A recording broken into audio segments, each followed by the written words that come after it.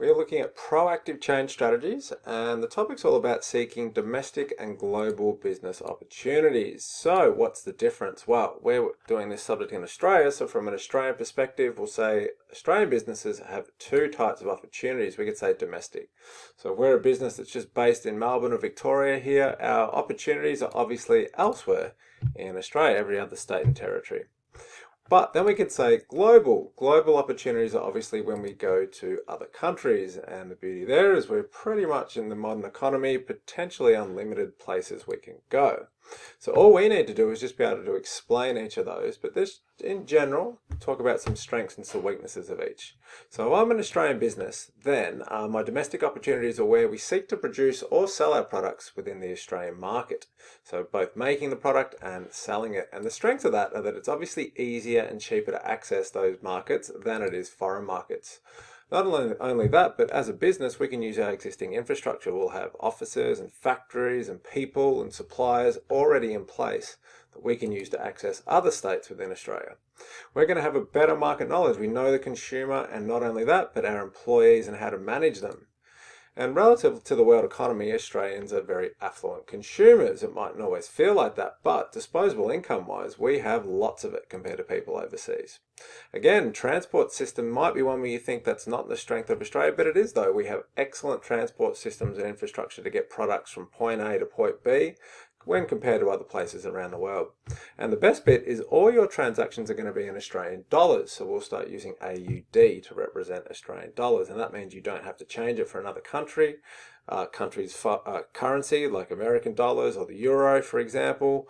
And yeah, that means it's very simple and we don't have any extra costs. What are the weaknesses? Well, we're a small market. We're a big country geographically, but we've got under 30 million people. That means there's a limited amount of customers. Also, as an economy, we don't make much anymore. Most of our manufacturing industries, cars, clothing, etc., went and is gone and is now overseas. Other countries do this better than us. So if we wanted to expand our manufacturing plant, a domestic opportunity might be a bit hard because where in Australia is good at it. There's not many places left. Also, relative to the rest of the world, our wages are very high, and so are our business taxes. They're not the highest, but compared to getting something made in a foreign country, our wages and taxes are very high. So that is why we look at global opportunities, and that's where an Australian business would seek to produce or sell its products in overseas or foreign markets. And the strengths of that are, well, we can just basically flip around these weaknesses here for domestic and say larger market sizes. There's about 7 billion other people around the world that we can potentially sell to if we engage in a global opportunity. Now, in terms of getting the product made, there's other countries, particularly in Asia and Southeast Asia, that are just better at making things than we are. That's why businesses get their things made there, because those countries are good at that compared to what we are now. Also, the wages and the taxes are relatively low, much lower in fact. And with the taxes, some countries don't have any business taxes, which makes it much easier for a business to operate.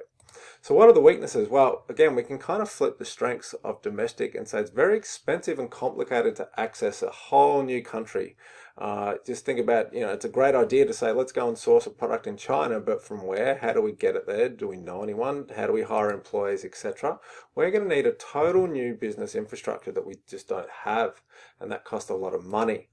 Also, in terms of selling to other countries, we don't know their customer needs as well as we know Australian customers, so that makes it difficult. And also managing our employees. We don't know how to manage foreign workers because we're used to managing Australian workers, so that's another layer of complexity. Relative to us, Australian consumers as well, overseas markets are bigger, but a lot of those customers don't have a lot of money and they mightn't be able to afford the products that we make. And also the transport systems. We said, well, the Australian transport system is really good compared to others around the world. But in other countries, especially where it's cheaper to get things made, those transport systems aren't as good.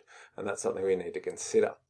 And lastly, there's going to be all these costs of exporting and importing products, and FX, that stands for foreign exchange. So if I want to buy something in American dollars, for instance, I'm going to have to give up more Australian dollars. Our currency isn't worth very much compared to many others around the world.